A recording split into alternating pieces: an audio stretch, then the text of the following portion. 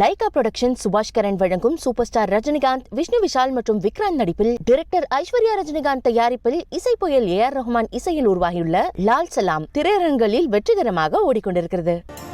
தமிழக சட்டப்பேரவையில் 2024-25 ஆண்டுக்கான நிதிநிலை அறிக்கை 7 இலக்குகளை முன்வைத்து தாக்கல் செய்யப்பட்டுள்ளது.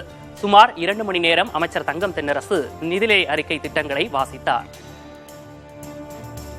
தமிழ்நாடு சட்டப்பேரவையின் பட்ஜெட் கூட்டத்தொடர் கடந்த 12ஆம் தேதி தொடங்கிய நிலையில் நிதிநிலை அறிக்கை தற்போது தாக்கல் செய்யப்பட்டது.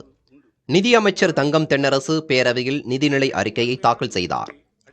நாட்டில் 2வது பெரிய பொருளாதார மாநிலமாக தமிழ்நாடு உள்ளதாக கூறினார்.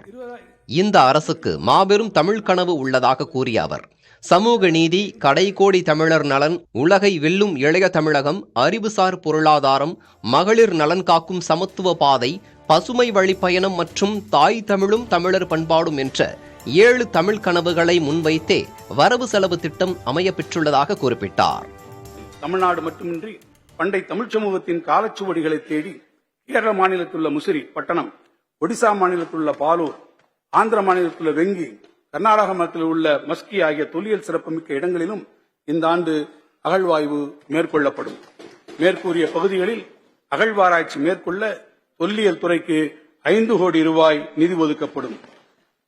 அகழ்வாராய்ச்சிக்கென நாட்டிலேயே ஒரு மாநிலத்தில் இவ்வளவு அதிக நிதியை தமிழ்நாடு அரசுதான் தொடர்ந்து வழங்கி வருகிறது என்பதை பெருமையுடன் நான் தெரிவித்துக் கொள்கிறேன்.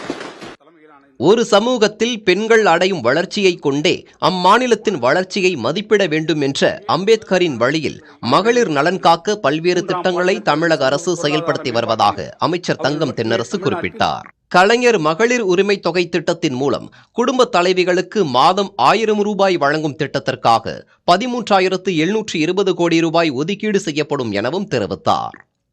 பழங்குடியினர் வாழ்விடங்களில் அடிப்படை வசதிகளை மேம்படுத்த தொல்குடி என்ற புதிய திட்டம் கொண்டுவரப்படும் என அமைச்சர் தங்கம் தென்னரசு குறிப்பிட்டார்.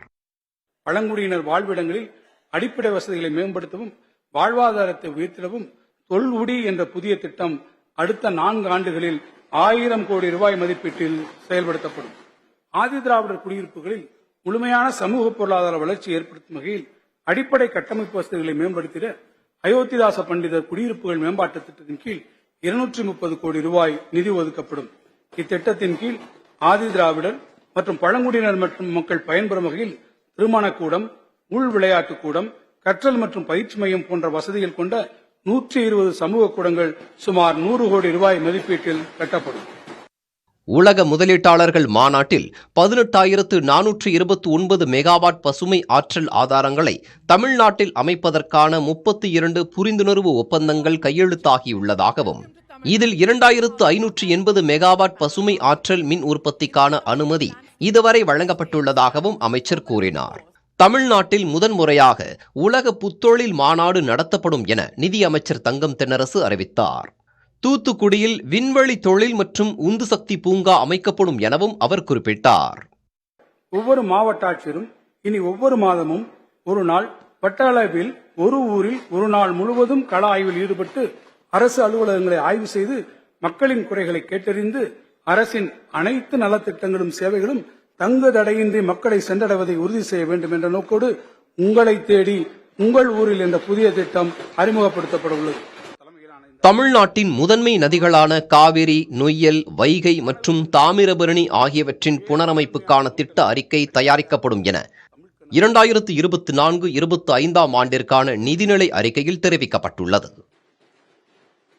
லைகா புரொடக்ஷன் சுபாஷ் கரன் வழங்கும் சூப்பர் ஸ்டார் ரஜினிகாந்த், விஷ்ணு விஷால் மற்றும் விக்ராந்த் நடிப்பில் டைரக்டர் ஐஸ்வர்யா ரஜினிகாந்த் தயாரிப்பில் இசை புயல் ஏஆர் ரஹ்மான் இசையில் உருவாகியுள்ள லால் சலாம் திரையரங்குகளில் வெற்றிகரமாக ஓடிக்கொண்டிருக்கிறது.